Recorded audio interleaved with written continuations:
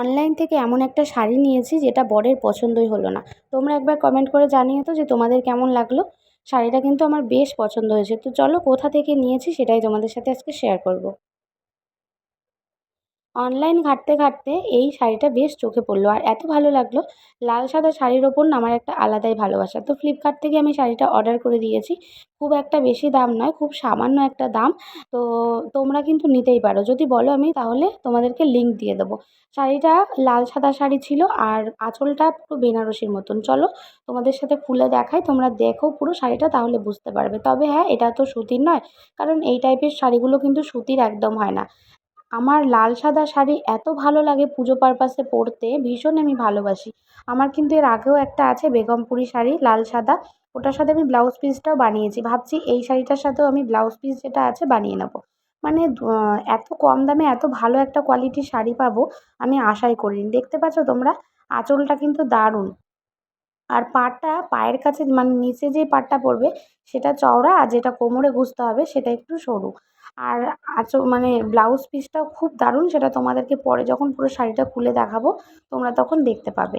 আর এটা কিন্তু মানে অল্প বয়সী মেয়ে, বউ বা বয়স্ক সবাই এই শাড়িটা পরতে পারবে। এত সুন্দর একটা শাড়ি, আর দাম একদমই মানে কম, আর শাড়িটা ভীষণ সফট। তবে হ্যাঁ, এটা একটু সিল্ক টাইপের যে শাড়িগুলো হয় না সেই রকম শাড়ি।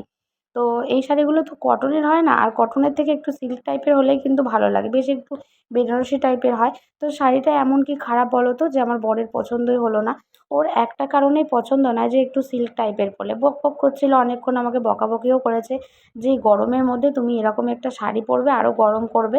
তো হ্যাঁ, কথাটা ঠিকই, এই শাড়িগুলো পরলে একটু গরম লাগবে, কিন্তু এমনি কিন্তু শাড়ির যা সফট না, পরলে একা একা কুচিও ধরে নেওয়া যাবে বা আঁচলটা পিন করেও নেওয়া যাবে। কারণ সবসময় আমরা শাড়ি পরলে অনেকেই কিন্তু কাছে থাকে না যে কারোর কাছ থেকে একটু কুচিটা ধরে নেবো বা একটু পিন করে নেবো। আর এই যে দেখো পুঁটি পুঁটি যে আছে, এটা হচ্ছে ব্লাউজ পিস। তো আমার ব্লাউজ পিসটা বেশ ভালো লাগলো, ভাবলাম যে বানিয়ে নেবো এই শাড়িটার সাথে। পুজো পারপাসে পরবো তো একটু তুলে তুলে রাখবো, একটু পুজো দিতে দিতে গেলে এরকম শাড়ি পরে গেলে কিন্তু খুব ভালো লাগে। আর আমার লাল সাদা শাড়ির ওপরে একটা আলাদাই ভালোবাসা কাজ করে। এত ভালো লাগে আমার যে কতগুলো লাল সাদা শাড়ি আছে তোমাদেরকে কি বলবো। লাল, সাদা, হলুদ এই কালারগুলো আমার ভীষণ পছন্দের কালার। আর পুজো দিতে গেলে বা কোনো পুজো বাড়িতে অনুষ্ঠানও হলে আমার এই লাল সাদা শাড়ি পরতে এত ভালো লাগে, ভীষণ। আর এবারে ভাবছি আমি একটা যে ওই কাঞ্জিভরম টাইপের যেই লাল সাদা শাড়িগুলো হয় না পুজোতে পরে, ওই রকম টাইপের একটা শাড়ি নিয়ে নেব। বা কাতানের ওপর লাল সাদাগুলো কিন্তু ভীষণ ভালো লাগে। আমার ভীষণ শখ, জানি না কবে নিতে পারবো। তবে এই শাড়ির দাম কিন্তু একদমই মানে বেশি নয়। তোমরা আমাকে কমেন্ট করে জানিও যে কত হতে পারে।